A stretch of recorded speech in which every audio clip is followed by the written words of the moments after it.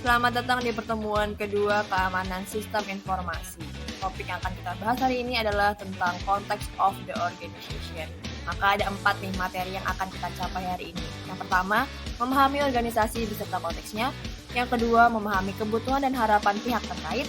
Yang ketiga, menentukan skop dari sistem manajemen keamanan informasi. Dan yang keempat adalah kita akan membahas tentang Aneks 6 yang membahas tentang organisasi keamanan informasi. Nah, standar 2013 yang akan kita bahas hari ini itu mengikuti proses model PDCA atau Plan, Do, Check, Act dengan pembagian seperti berikut. Klausa 4, 5, 6, 7 itu masuk ke dalam Plan. Untuk klausa 8 itu masuk ke dalam Do, klausa 9 masuk ke dalam Check, dan juga klausa 10 itu masuk ke dalam Action. Nah, topik yang kita bahas hari ini itu masuk ke dalam Plan. Lanjut, kita langsung mulai ke materi yang pertama, yaitu memahami organisasi beserta konteksnya. Apa sih itu konteks? Konteks merupakan kondisi yang menggambarkan sesuatu. Dalam hal ini, sesuatu itu adalah organisasi. Ada 2 jenis konteks, yaitu internal dan juga eksternal. Nah, yang internal teman-teman bisa baca sendiri nih ya, sebelah kiri.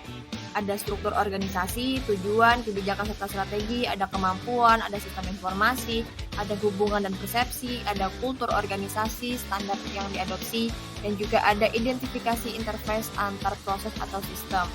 Untuk konteks yang eksternalnya yang kita lihat di sebelah kanan, ada kondisi lingkungan, sosial politik, kultur, aspek hukum, regulasi, ekonomi, serta persaingan yang dihadapi, ada faktor pendorong dan tren yang dapat mempengaruhi tujuan organisasi, dan juga hubungan dan persepsi, serta nilai-nilai dari pihak-pihak eksternal.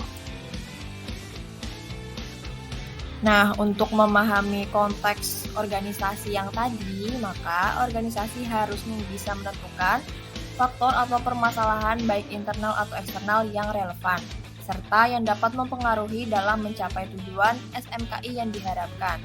Internal atau eksternalnya dijabarin juga nih di sini. Misal yang internal itu organisasi belum mempunyai kebijakan SMKI atau belum memiliki struktur dari organisasi untuk keamanan informasi, belum memiliki tugas atau peran dalam organisasi untuk keamanan informasi, atau juga belum memiliki SOP terkait keamanan informasi. Nah, kalau eksternalnya mungkin belum memiliki perjanjian kontraktual atau tingkat layanan dengan pengguna, belum memiliki regulasi pemerintah, atau belum memiliki prasyarat lisensi perangkat lunak.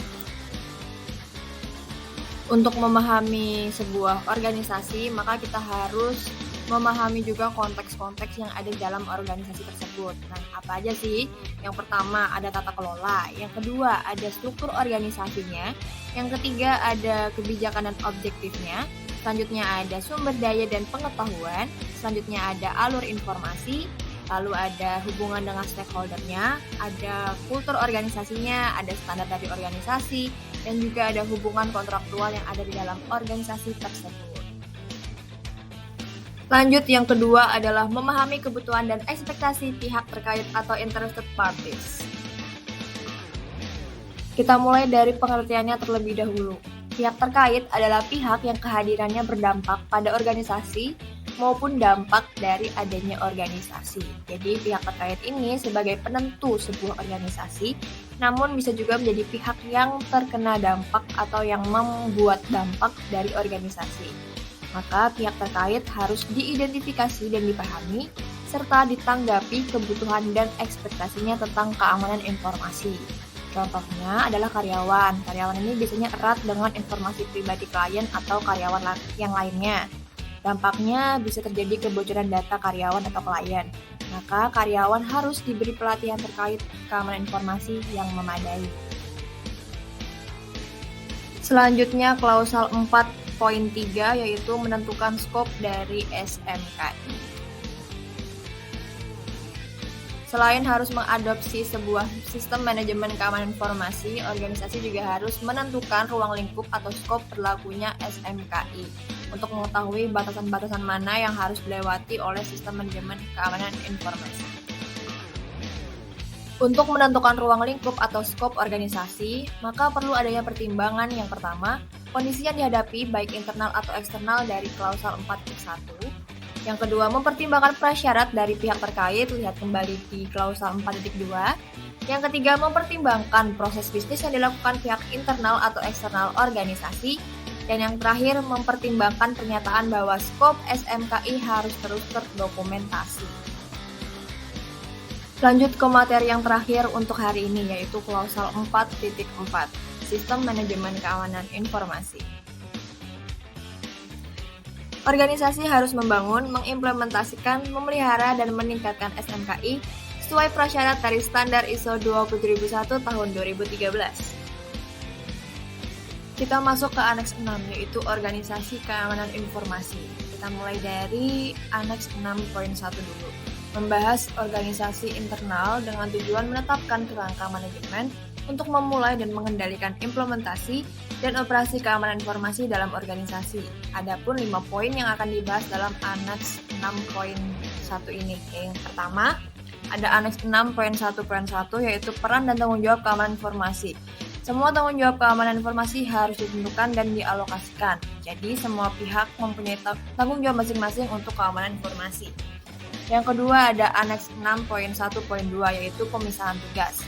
Tugas dan bidang tanggung jawab yang bertentangan harus dipisahkan untuk mengurangi peluang untuk modifikasi yang tidak sah atau tidak sengaja atau penyalahgunaan aset organisasi. Yang ketiga ada Aneks 6.1.3 yaitu kontak dengan pihak berwenang. Kontak dengan otoritas yang relevan harus dijaga. Lanjut ke Aneks 6.1.4 yaitu kontak dengan kelompok khusus. Kontak yang sesuai dengan kelompok minat khusus atau forum security khusus lainnya dan asosiasi profesional harus dipelihara.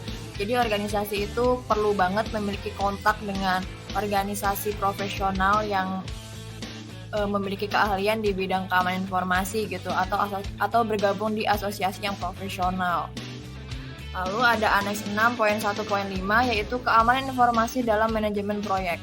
Keamanan informasi harus ditangani dalam manajemen proyek terlepas dari jenis proyeknya.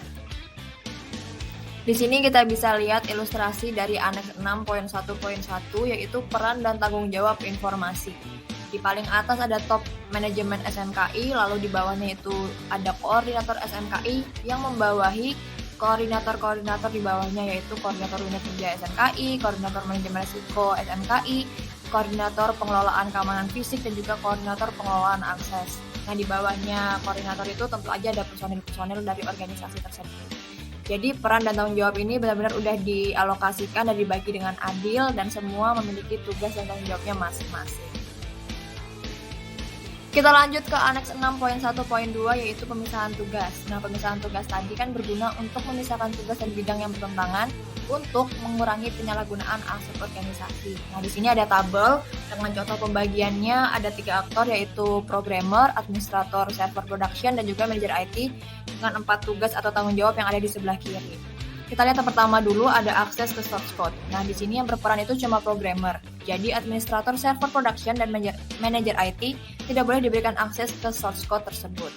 Lanjut, ada otorisasi perubahan. Di sini yang berperan adalah manajer IT. Maka, programmer dan administrator server production tidak perlu campur tangan terhadap otorisasi perubahan. Lalu, mengajukan perubahan sistem. Yang bertanggung jawab ada programmer dan administrator server production. Maka manajer IT tidak mempunyai akses untuk mengajukan perubahan sistem. Yang terakhir ada akses administrator ke operation system server aplikasi. Yang berperan adalah administrator server production. Maka programmer dan manajer IT tidak boleh mengakses administrator tersebut. Kita lanjut ke Aneks 6.1.3 yaitu kontak dengan pihak berwenang. Dari gambar ilustrasi ini udah jelas banget nih yang dimaksud dengan kontak dengan pihak berwenang. Nah, contohnya berkontak dengan penyedia jaringan telekomunikasi agar organisasi memiliki prioritas untuk jaringan komunikasi. Lalu ada kontak dengan pemadam kebakaran. Kalau amit-amit nih nanti terjadi sesuatu yang tidak diinginkan, pemadam secara langsung mendapat alarm dari organisasi. Lalu ada kontak dengan kepolisian untuk koordinasi kegiatan yang legal dilakukan organisasi atau sesuai dengan hukum yang berlaku. Lanjut ke Aneks 6.1.4 yaitu kontak dengan kelompok khusus yang bertujuan untuk mendapatkan informasi terkait best practice, teknologi, ancaman, dan lain-lain. Contohnya, organisasi bisa memiliki kerjasama dengan ISAKA atau ISC yang bergerak di bidang tata kelola teknologi informasi. Selanjutnya adalah Aneks 6.1.5, yaitu keamanan informasi dalam manajemen proyek. Ini juga termasuk bagian internal organisasi karena keamanan informasi sangat mudah bocor atau tersebar. Maka organisasi perlu banget mempertahankan keamanan informasinya di setiap manajemen proyek yang dijalankan. Kalau tadi di Aneks 6.1 kita membahas tentang organisasi internal, sekarang di Aneks 6.2 kita akan membahas tentang perangkat seluler dan teleworking. Tujuannya untuk memastikan keamanan teleworking dan penggunaan perangkat seluler.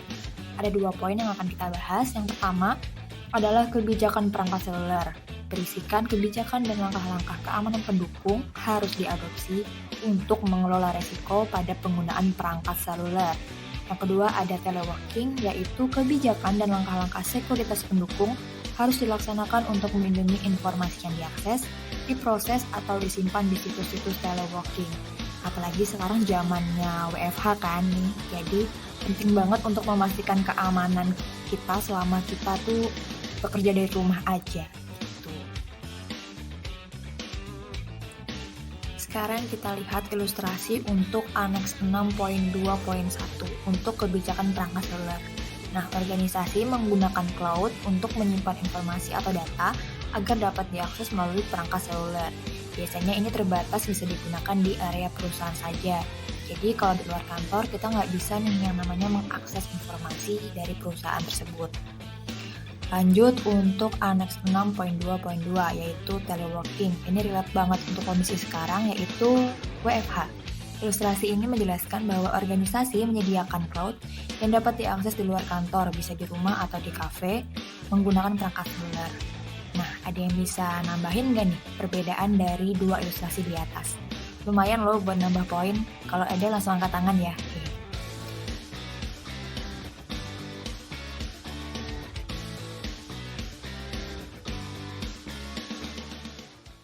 Created using Powtoon.